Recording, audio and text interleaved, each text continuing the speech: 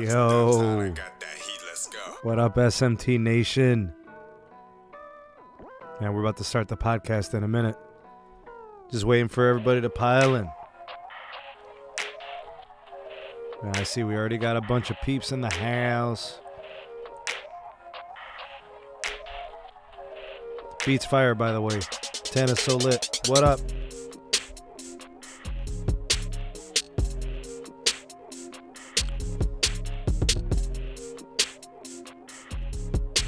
So what do we got for a date today? April 30th. This will be the last live stream podcast for the month of April, and then we'll be starting May.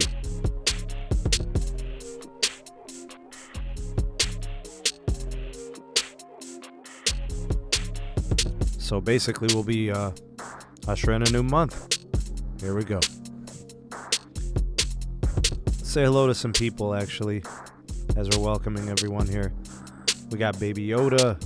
What's up, Brennan? Good to see you, bro. MS is here. Barry's in the house. Keemon. Hashtag Mod Squad. Jose. Cesar. Joey. Appreciate you guys. Isaiah's here. Game Guardians in the house. Good evening to you. Terminator is here. Angel's in the house. Joeseph. Richard.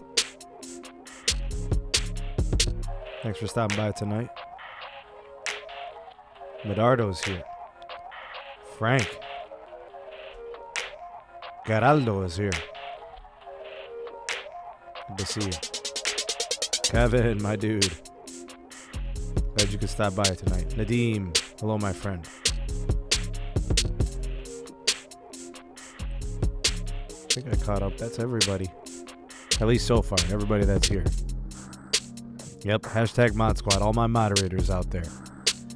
I do want to give a big shout out to a couple of people over on the Patreon side. Obviously, big shout out to my Patreon supporters, those that have pledged to support the SMT Patreon and the productions on that side. In fact, if you like what we're doing here on YouTube, you also like what we're doing on the Patreon side. We got Yasmin in the house. What's up, Yasmin? You want to say hi to the peeps? Hi. You getting ready for bed? Mm-hmm. Yeah. Thank you. I appreciate the kiss. Watch out before you go, okay? Clearly, Yasmin was eating dessert. All right.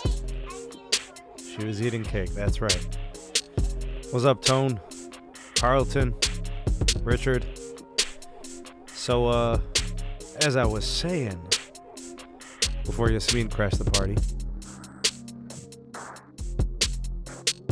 I wanted to give a shout out to the patrons over on the Patreon side.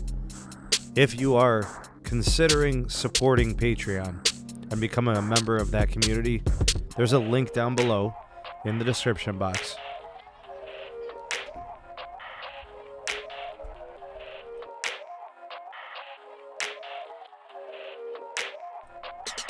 We've got different tiers. You know, there's different ways to get different types of access. There's a tier for the additional live streams and the podcast that's exclusive to Patreon. There is a tier for that as well as early access videos. There's another tier for exclusive videos. There's all types of stuff. So if you would like to be a part of that, hey Gene, good to see you. There's a link down below, SMT Patreon. Big Ron, what up? Sylvain, what up? I want to give shout outs to Jack H for his generous pledges and support of the SMT Patreon, as well as on the YouTube side, so thank you. Also, Bradley, welcome to the community. Glad you could be here. Glad that you're a part of the community, and hopefully you enjoy all that exclusive content. Welcome on. I should probably cut the music and then just go ahead and start the show, right? Let's drop the music down a little bit. And let me give you guys a rundown of what we're going to cover in tonight's show. All right? One of the topics we're going to discuss tonight is the FCC's approval of a $50 subsidy to help people afford home broadband and home internet. I like it. I think it's going to help some people. I'm good with it. I'll give you guys all the details. Some people out there might even qualify. So if it is you and it helps you, most definitely take advantage of that. I'll give you guys all the details. I'll tell you about the companies that are going to be supporting it, being a part of the program. It's good stuff. Also, we're going to talk about the Dish and the T-Mobile feud. What's up, Landon? I don't think it's going away anytime soon. Charlie Ergen's a tough cookie, and T-Mobile under Mike Sievert also, steadfast and holding his ground. T-Mobile's got plans of what they want to do with the network, and they're not really going to be relenting. So I don't think that's going to be changing anytime soon. Cesar, thank you, man. I appreciate that awesome super sticker. Says, you are amazing. 1999 dono. Thank you, man. I appreciate it. Cesar, you've always been so supportive to the channel, and thank you for being a part of the nation, man. Appreciate you very much. You've been riding with me for a minute, dude, and thank you. I'm also going to give you guys my first impressions on the Verizon Home Internet. I'll be using it two different ways. I'll be using it on LTE, doing a full testing that way, and I'll also be doing it over millimeter wave. So I'll be testing both. And then I'm going to give you guys my impressions so far as I've used it on both. Now I'm going to do some extensive testing. I'm also going to give the T-Mobile Home Internet a proper burial tonight.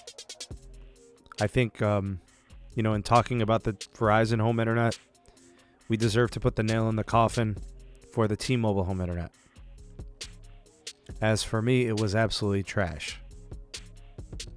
A horrible experience that was just full of transgressions and issues and buffering video and other things. Throttling.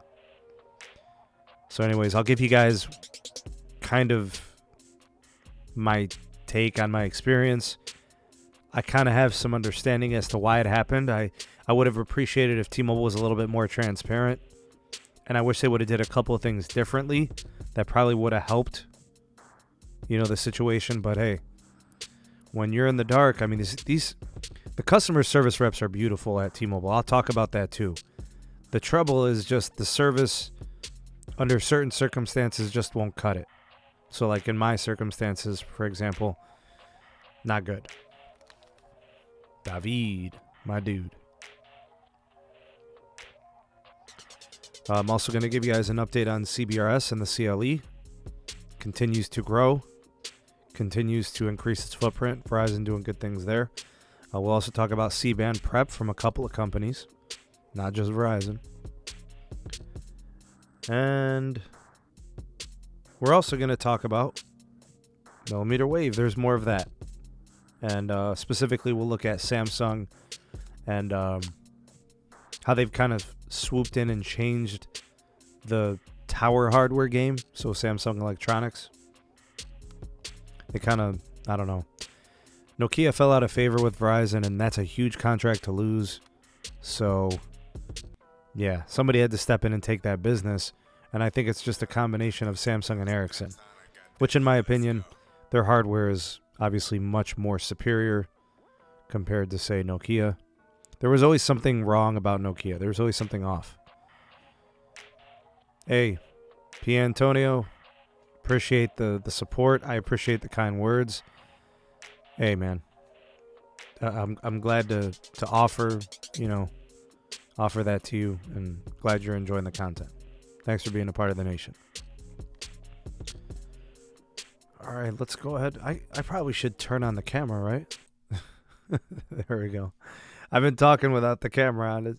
I mean, not that you guys really need to see me, but I guess it's official. We got a camera, so why not?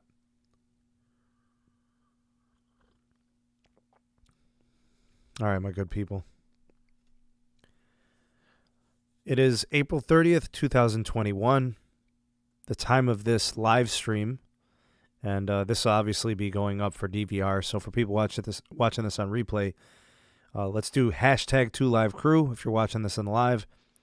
And we'll hashtag replay crew if you're watching this on DVR later.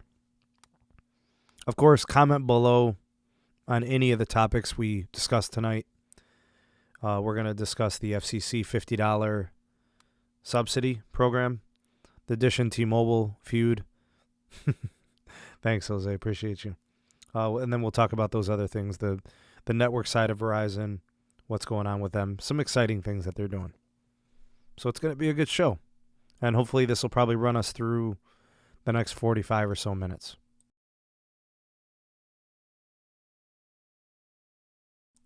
Ooh, I do see some familiar faces. There's Keemon. There's Barry. Good to see you guys.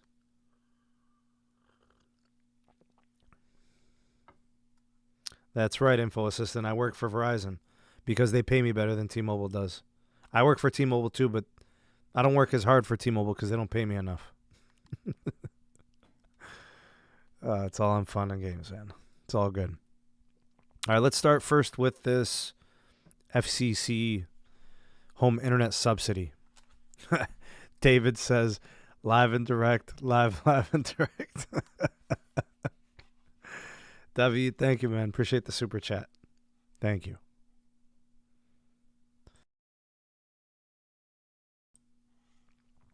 All right, the FCC, Federal Communications Commission, has officially authorized their $50 home broadband subsidy program.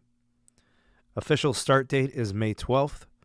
So for qualifying citizens of the United States, if you qualify, low income, maybe you're on some, grant programs or any type of, any type of relief, government aid, you could qualify for this. It's a pretty nice subsidy. It would drop the price of usually more expensive home internet to a much more palatable price point. The COVID relief subsidy branch of this funding is an internet assistance bill. The funding was passed, I think, in December, earlier, at the end of last year. And what they're calling the emergency broadband benefit, by name, the segment, is a $3.2 billion infusion fund in which, those that qualify can get a $50 subsidy towards home internet and broadband service. If you are on native lands, you may even qualify for a $75 subsidy, which could essentially give you free service, even like, I don't know, probably if you were getting fiber, it would be free. Z Wireless in the house. What up, Zach Jack? Appreciate you coming through, bro. There are some things that you got to know about qualifying for this subsidy. So the first thing is that you have to meet certain criteria. The first is, obviously, if you're a Lifeline customer or a qualified citizen for Lifeline, you would automatically qualify as well for this. Also, you can get a $100 discount on any computer that you buy. Or I think, I'm not sure about how the program goes, but it does offer you a $100 subsidy on a computer. So if you wanted to buy a Chromebook, if you want to buy a desktop, a laptop, a MacBook, I mean, some of those devices are pretty expensive. $100 is $100. I don't know if you could pull off an iPad. That would be nice. Like if you could say, well, I'm going to buy like, an iPad with a keyboard, a cellular iPad or something, and you can get that $100 discount on that. That sounds pretty good. Now, if you were to get a $100 discount on a Chromebook that, say, maybe is like entry level, maybe like a $300 Chromebook, you get $100 off. That's pretty substantial. That's a good deal. Caleb, Pete, what up, guys? Thanks for coming through.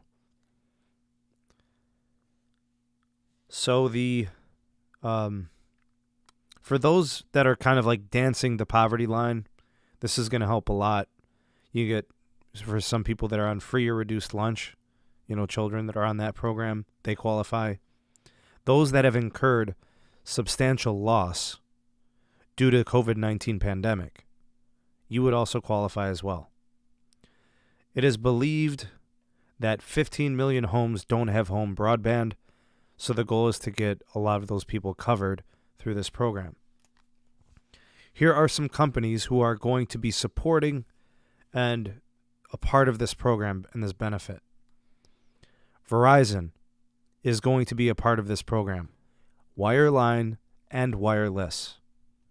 So Verizon Fios, for example, which offers, fiber optic home internet provisions. Also, their LTE home internet, they qualify as well. They're going to be subsidizing hotspots, the mix and match unlimited plans.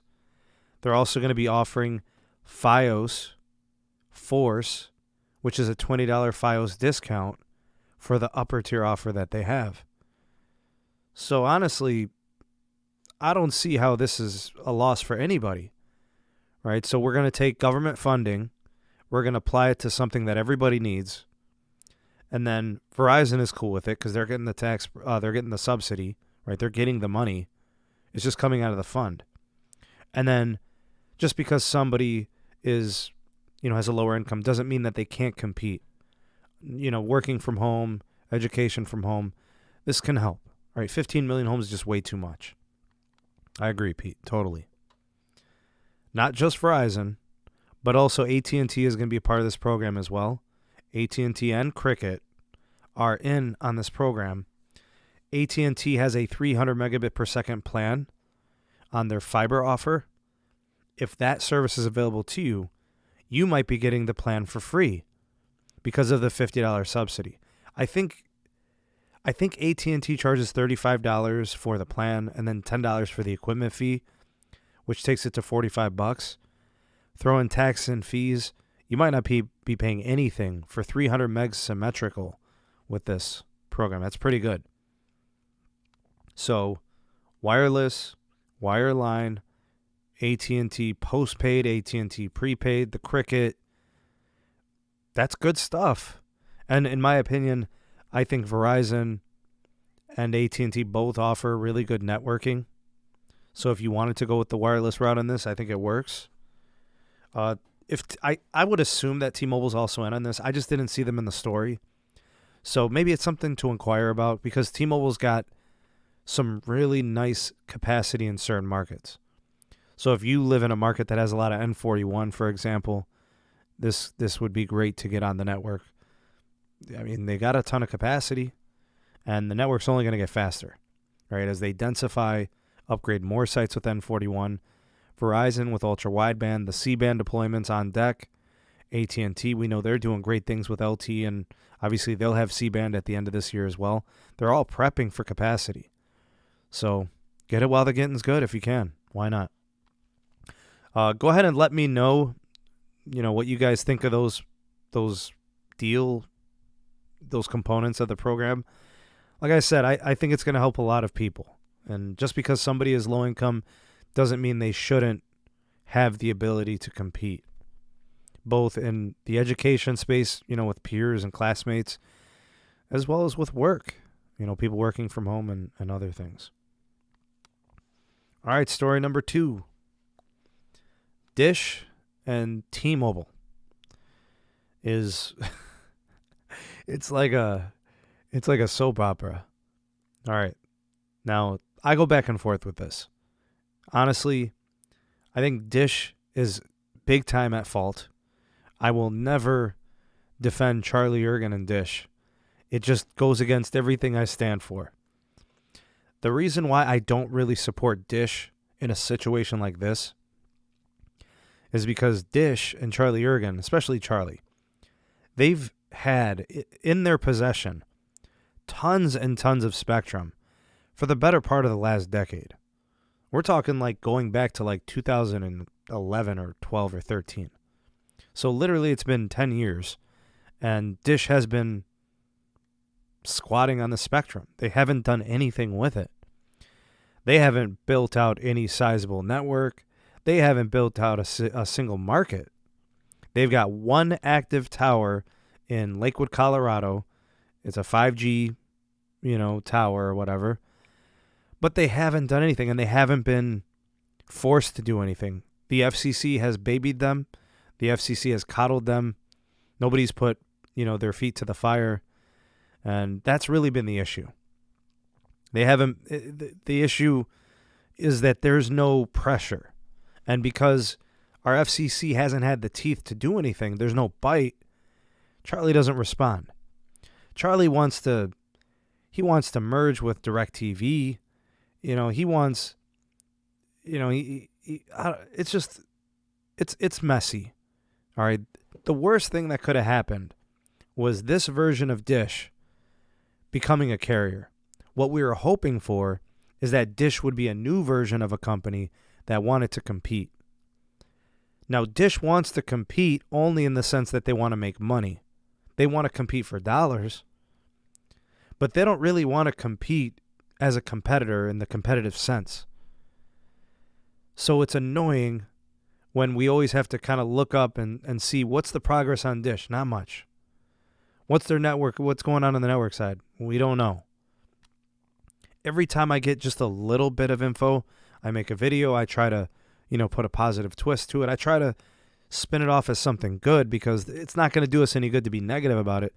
But the truth is that Charlie Ergen is a shrewd businessman. He's not honest. He's not truthful. He's not forthcoming. He's not transparent. He's more snake than he is saint.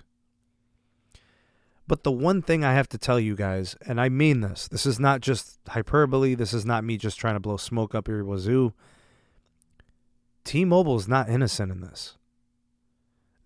These two companies, because of two individuals, it's a really horrible situation.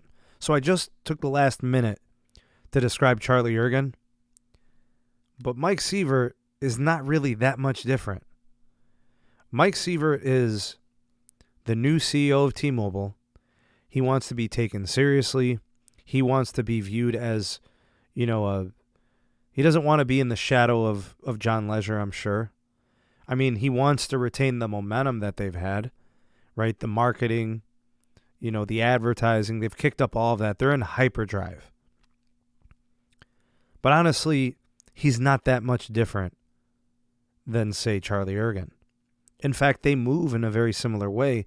It's just, Mike Sievert has momentum in his favor. Dish doesn't do momentum. They just literally just stop momentum, So I say all that because here's how this story plays out. Charlie Ergen, president of Dish Network, went all the way in on T-Mobile. And really, he's going all the way in on Mike Sievert. That's the truth. It's not really about T-Mobile per se. It's Mike Sievert because Mike Sievert is T-Mobile currently. At the Q1 earnings call for Dish, Charlie Ergen likened T-Mobile to the Grinch. He said that T-Mobile stole all the toys from Whoville. Inspired from him reading a book, the Dr. Seuss, whatever, the Grinch. He was inspired when he was reading this book to his granddaughter. So in regards to the premature, early, and rapid decommissioning of Sprint's CDMA network, it will no doubt impact some Boost customers. Boost Mobile has a lot of 3G customers. I don't know what the exact number is. They've got like 8.9 million subscribers or something. I don't know what the percentage is. We can just make up a number. Let's say it's 15%. That's 1 million people that are going to be without a functional device if their device is strictly connected to 3G and CDMA. When you, as Boost Mobile, right, you've got Dish as your new owner, Charlie Ergen and all these guys are running Boost Mobile. There's an element of understanding that you have to make sure that you're going to start transitioning customers to newer handhelds. It has to happen. You don't own and operate your own network. You will. And then those customers are going to need access on that network because their phones won't work on a brand new 5G network. The Dish network is going to be standalone 5G. a greenfield, open RAN, standalone 5G network. Boost Mobile is going to be on that network eventually. They're going to need phones for it. I think that makes more sense. That once Dish has a semblance of markets in place for their standalone 5G, you've got to get these customers on that network ASAP because you're paying for usage on the T-Mobile network. It's just good business sense. It just makes money sense. Running your network is cheaper than you leasing space on another carrier's network. The trouble right now is those customers that are in 3G and CDMA phones, they're obviously cost sensitive. They've got old plans. They've got old phones. They don't want to upgrade. They don't want to spend the money. They may not have the money. They may not have the expendable income. So even if Boost sends a bunch of notifications, text messages, emails, I mean, prepaid customers don't give their address, right? All it is a name, a phone number, and that's pretty much it. I mean, what personal information do they take in a prepaid account? Especially for somebody who has a 3G CDMA phone who's been on Boost for years with that same plan and that same phone. So it is going to be a pain to migrate those customers onto newer devices. And it's going to be costly. They're going to have to pay. Dish is culpable. They are Dish's customers. You agreed to the terms of the merger.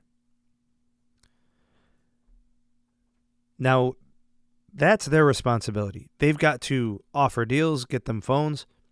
T-Mobile has a responsibility too. They have to give ample time to Dish, Boost Mobile, and their customers.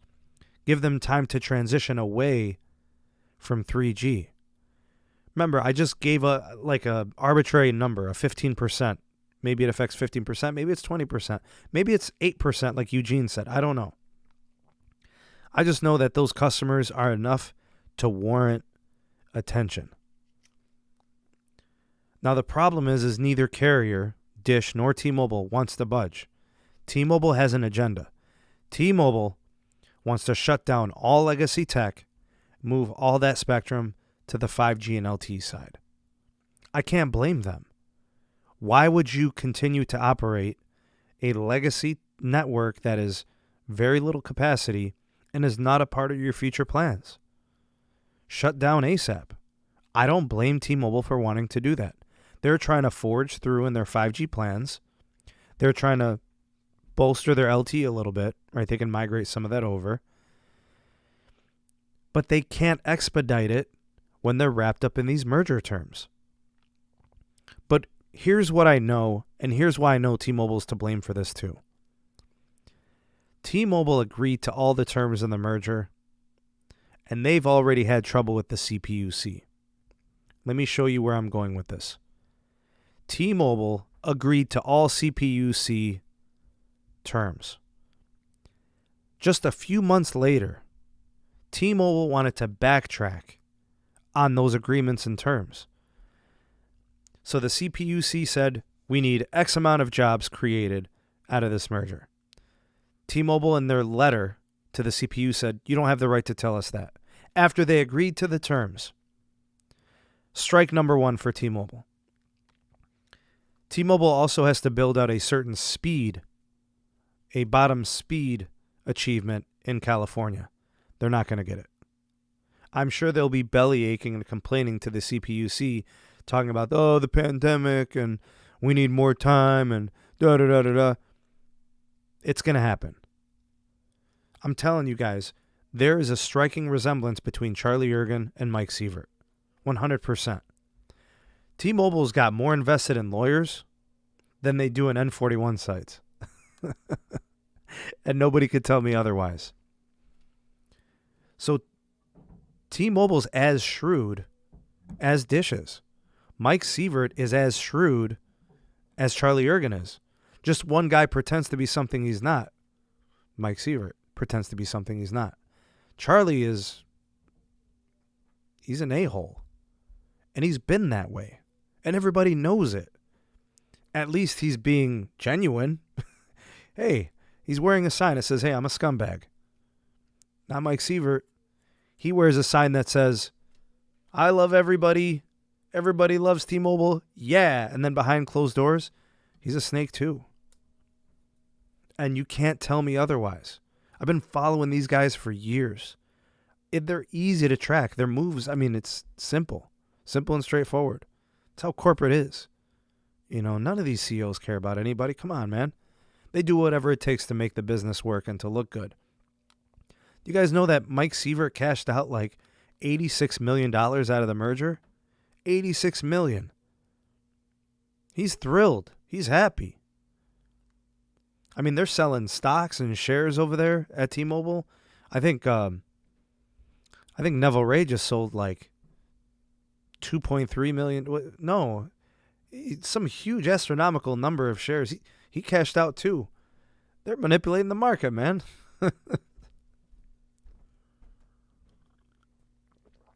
So I say that to say this. Both of these guys are wrong in this. They're perfect for each other. Both of them are doing the same thing. So I'm not here to take sides. I'm not here to support Dish on this for calling Mike Sievert the Grinch. I'm not here to support T-Mobile on this. You know, they blast back and say Charlie's just trying to get attention or whatever. Peter Adderton's trying to get attention, whatever. I'm not feeding into it. I'm just telling you guys from the outside looking in, that's what it looks like to me. So, you know, I did think it was funny, you know, the analogy, you know, Charlie calling T-Mobile the Grinch. Some of the quotes from the earnings report. T-Mobile was snatching phones out of Boost customers' hands.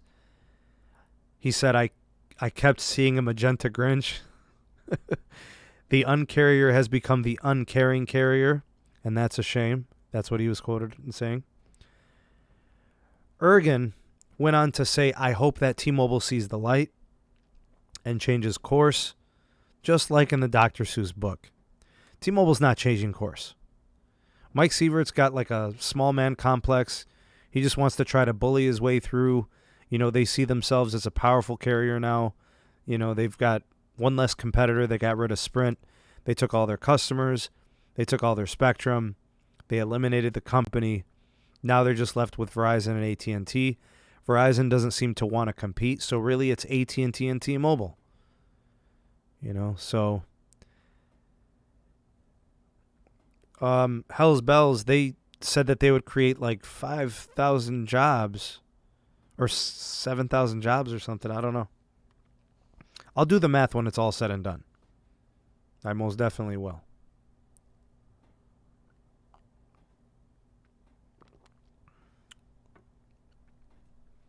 So yeah, I don't think this is not going to be stopping anytime soon. Charlie Ergen's going to be belly aching about Boost Mobile and the 3G. T-Mobile is going to be clapping back, talking about this guy just wants attention and they got to get their customer phones. It's not going to stop. It's going to be more of the same. So, big shout out to those idiots. We'll just watch them from the outside. We'll watch them beef. Hopefully customers don't get hurt by this. We'll see. All right, next topic. And you guys can go ahead and chime in the live chat. Let me know if there's anything specifically you want to ask me about the Verizon Home Internet service. I've had it for 2 months. I've been using it pretty steady. My live streams, you guys can see the box. It's right here. My live streams are run through the Verizon Home Internet. I've used it on millimeter wave. I've used it on LTE. I've used it, not just for the live streams, but watching TV. It's running 4K TVs. It's running iPads, phones. I honestly, it's been great. I haven't had any deprioritization. I haven't had any throttling. It's been great. The millimeter wave is absolutely tremendous on it. The latencies are very good. They're very low. The download speeds have been plenty. I haven't had any issues at all. No buffering video.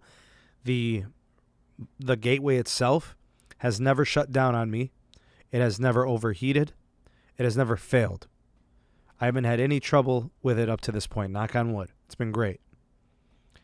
I think that's part of the reason. Terminator, this is 1080p. You can't live stream 60 frames. So YouTube just doesn't allow it. So this is the best resolution you can get. Honestly, it's been really, really good. It's actually been everything that the T-Mobile home internet wasn't for me. I don't know. I don't know what exactly happened with my T-Mobile home internet experience. Unfortunately, it was bad. It wasn't bad the first month. It got bad the second month. And it got unbearable the third month. They ended up giving me like 2 months of free credits for the service. And I disconnected it anyway. Because on principle, it didn't make sense for me to leave a service running that was problematic.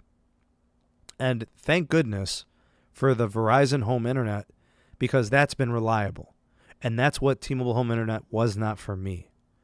I'm not going to try to discourage anyone from trying the T-Mobile home internet. Please, by all means, if you are looking for a home internet solution, you've got DSL, you've got a horrible home ISP, maybe it's Viasat or Intelsat or whoever else is doing that stuff, HughesNet. The T-Mobile home internet is probably going to be better than those for sure. But something I could tell you in my experience, when T-Mobile allows you to get the home internet, you're playing with fire if you don't have a recently upgraded T-Mobile site. My trouble is I am connecting to a Sprint Keep site, and it's actually being decommissioned. So let me tell you what they did to my site over the last 3 months. 4 months ago, I had 40 megahertz of band 41 LTE. 3 months ago, they shrunk it down to 20 megahertz. So they cut the bandwidth in half. 3 months ago, it was 20 megahertz of band 25. They shrunk it to 10 megahertz. Cut the bandwidth in half. 3 months ago, I had 5 megahertz of band 26. They shrunk it to 3 megahertz. So essentially, they got rid of half of the capacity on every band on that site. And to make it even worse, that site does not aggregate those 3 carriers, meaning it does not combine all those bands together. It's one or none. So you can either have the 26, the 25, or the 41. And of course, the T-Mobile home internet, the trash can, the Nokia gateway, it prefers the band 41, which is good because it's the widest channel. It could give me the most speed. But about 6 or 7 weeks ago, they cut off band 41. So they removed an entire carrier. They got rid of the 20 megahertz band 41. What does that leave me with? That leaves me with 10 megahertz of band 25. And you know what they just did to band 25? They just cut it to 5 megahertz. So now I'm down to 5 megahertz of band 25, 3 megahertz of band 26. When I speed test the band 25, I get about 10 to 13 megabits per second. When I speed test the band 26, it's like 7. You can't run home internet like that. I mean, they got rid of pretty much all the capacity, and then they eliminated an entire band. And that's the site that my home internet was connected to. How in the world could anyone be expected to maintain a home internet solution over 5 megahertz of band 25 or 3 megahertz of band 26? How in the world would you do that? Nothing. There's no capacity at all. I had to return the gateway because here's what they did. They cut down all that capacity. They're going to decommission that site, and they still have not upgraded the local T-Mobile site to band 71, N41, PCS. They haven't even done that yet. They started actively decommissioning and minimizing my site before they upgraded the next one. And this is why customers are going to leave and walk away from the T-Mobile home internet. Customers in my situation, where their home site is being minimized before the new site is being built. It's so bad. And did they want to tell me this? No. Did they give me the heads up? They did not. They gave me the service and then actively started disabling it. And that's why they wanted to give me those credits, to keep me holding on until they upgraded the other site. But I'm gone. I can't. I need a real solution. I need home internet. I work from home sometimes. Right? I'm doing these live streams. This is a business. My channel is monetized. I run ads on my channel. The super chats are open. I create content. I spend money on my channel. You know, we got webcams, we got microphones, we got boom arms, we got a desk, we got computers. I've got thousands of dollars invested into phones. I mean, I just did my taxes on all my lines of service. I mean, this is a business, right?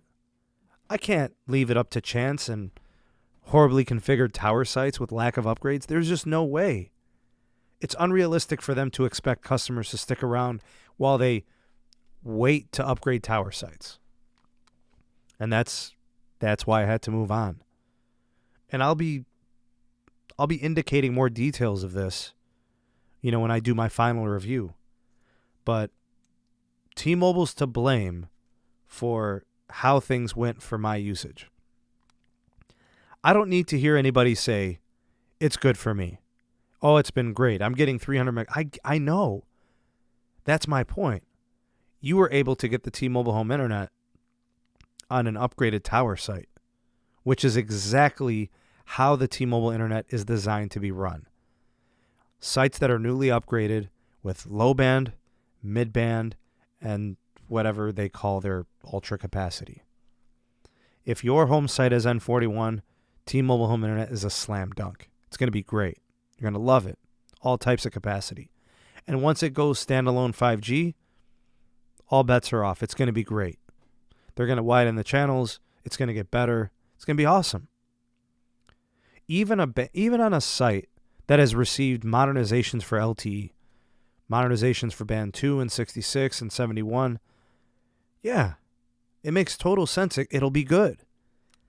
But in my situation, these Sprint keep sites that are being minimized and decommissioned, we're all getting screwed.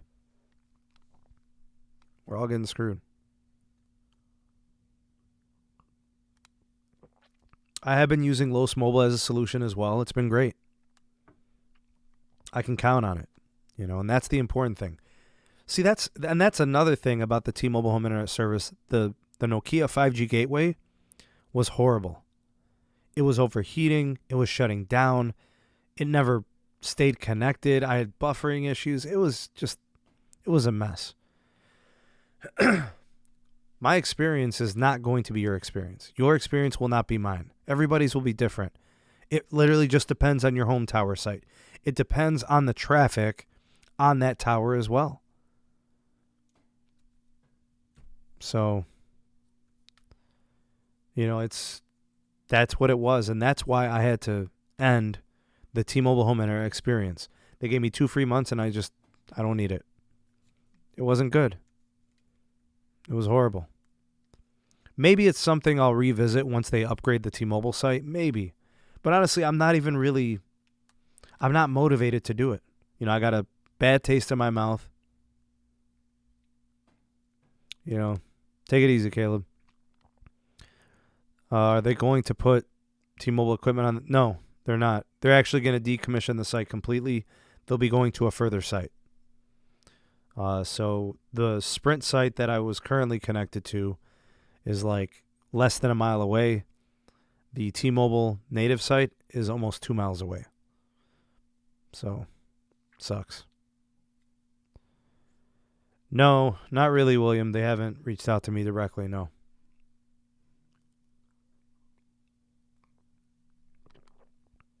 So that was my experience with the T-Mobile home internet, and that's why I had to move on. Look forward to a follow-up next week. I'll do a dedicated review video, so be on the lookout for that. Some other things I wanted to discuss. What I've been noticing about Verizon's upgrades here in the area. CBRS is going up big. There are at least 30 sites that I've counted in the last 2 months that are built, wired, the construction is finalized. They're just not turned on yet. So you will be seeing a ton of CBRS coverage this summer from the SMT. I'm assuming that they'll be getting turned on in either May or June because they've been up, they've been constructed. Also, from the Verizon side, C-band preparation has started. Verizon has already started putting up antenna. They're changing radios and basebands, and they're going to be building out C-band this year. From what I understand, there are some sites in the CLE that already have the hardware. I'm guessing that they're not transmitting. But if they are broadcasting, I would love to connect to it. And I've got a couple devices. Just got this in the mail. Big shout out to Los Mobile.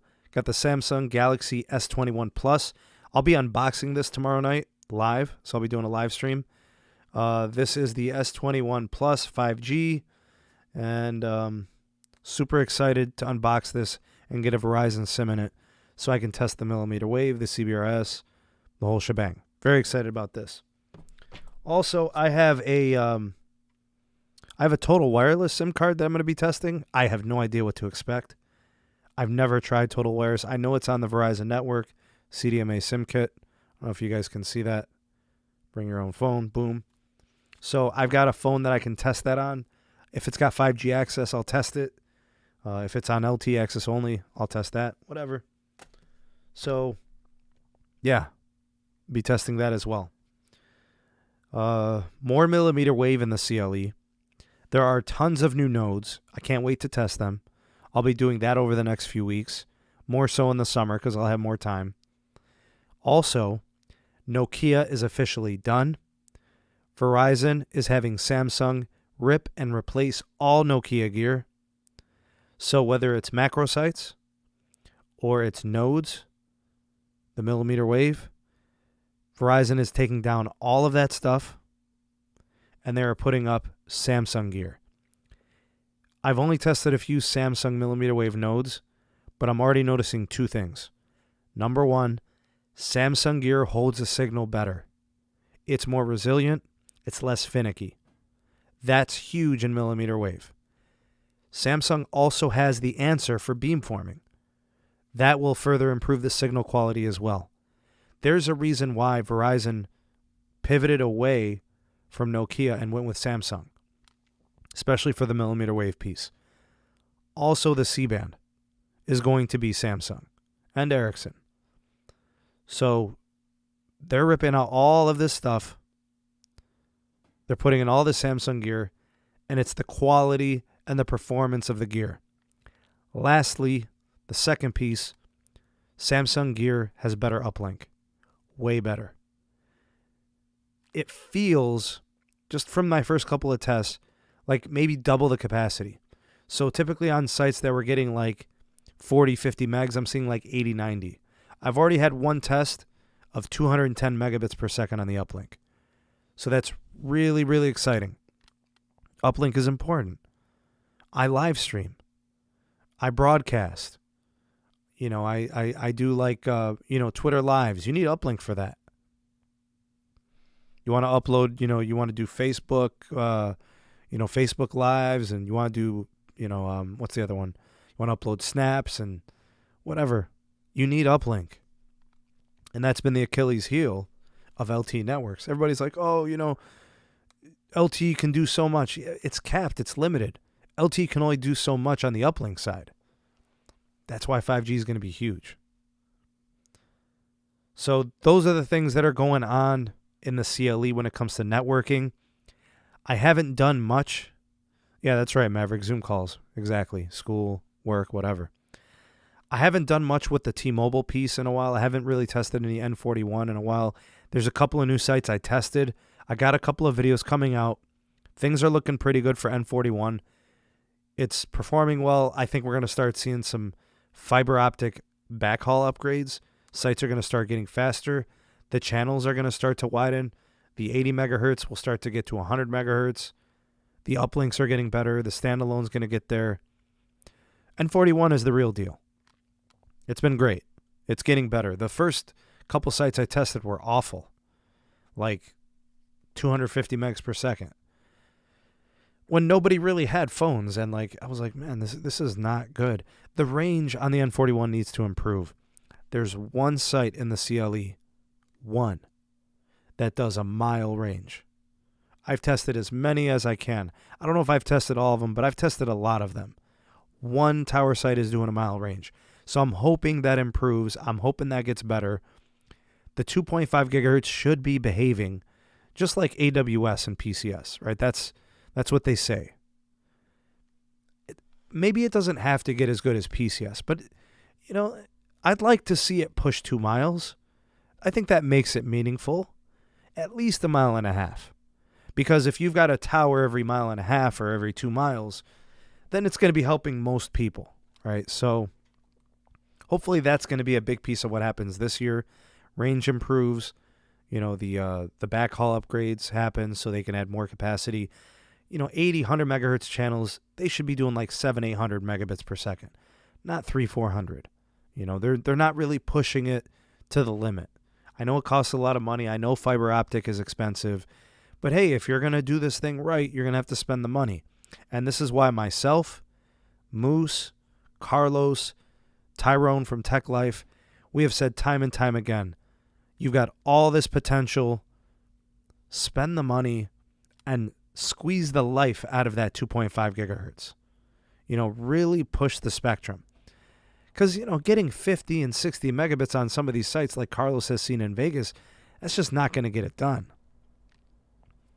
I do think, as a prediction, you guys can put me on the record, I think this year, by the end of the year, you're going to see a lot of backhaul upgrades for T-Mobile. I think it's going to be a big focus of what they do.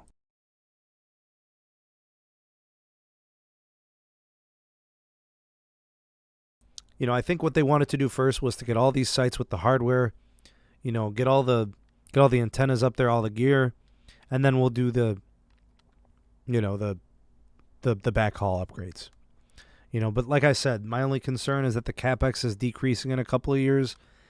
That just doesn't make sense. 5G is going to incur huge investment. Moving backwards is wrong move. Eugene is a Greek god. Changed my mind. I know, Pete. I think it gets better this year. I know you've said that you've gotten it to connect over 1 mile, so that's good. Obed, hey, I'm with you, man. The backhaul gets upgraded. I think we got a game changer. Anyways, that's all I got for this show. I don't know if I'll be doing a Sunday show. Stay tuned. I might. I'll let you guys know. You'll get the notifications and such. So be on the lookout. I've got another video coming out tomorrow. We'll be doing some speed testing over the weekend, so keep it locked to the SMT YouTube channel. We're bringing it to you daily updates, daily news, daily speed tests. We do it all right? I enjoy it. It's a labor of love. It's been awesome. I thank you guys for being an incredible community, supporting me. I mean, what is this, year 4 of the channel? It's been great. Year 4, year 5. It's been awesome. Let's go ahead and wrap up the show by thanking some people. Big shout to everybody who offered a super chat donation. I did see some early on. David, thank you for yours. Cesar, thank you for yours as well. I don't know if there were any other ones. If I missed you, I do apologize for that. But big shout out to you guys. Thanks for supporting. Big shout out to the SMT patrons. Hashtag 2LiveCrew for those of you that were watching this in the live, and hashtag Replay Crew for those of you watching this on DVR. If it is your first time here, most definitely go ahead and hit that subscribe button. Welcome you to the community officially. Become an SMT subscriber, viewer, and of course, comment as well. Become a part of the discussion of what goes on the videos. Also, check out the Patreon page. Become a member there. A small donation gets you exclusive access to videos that don't make it onto YouTube that are specific for Patreon. We've got a weekly podcast live stream. We've got early access videos. We've got unique content, polls, photos, speed tests. I do it all on there. It's basically the YouTube channel, but exclusive. So there's a link in the description box if you want to become a member of the Patreon page. And that's pretty much it. Big shout out to the mods. Hashtag Mod Squad. Big shout out to everybody watching this while you're eating or snacking. Hashtag Ravioli Gang. You guys know what to do. Give this video a like, give this video a share, and you'd be supporting the channel tremendously if you could do that. Thank you in advance for that support. We'll leave it at that. Thank you guys again for tuning in. I hope you have a great rest of the night. Have a great weekend, and we'll catch you all on the next one. Peace.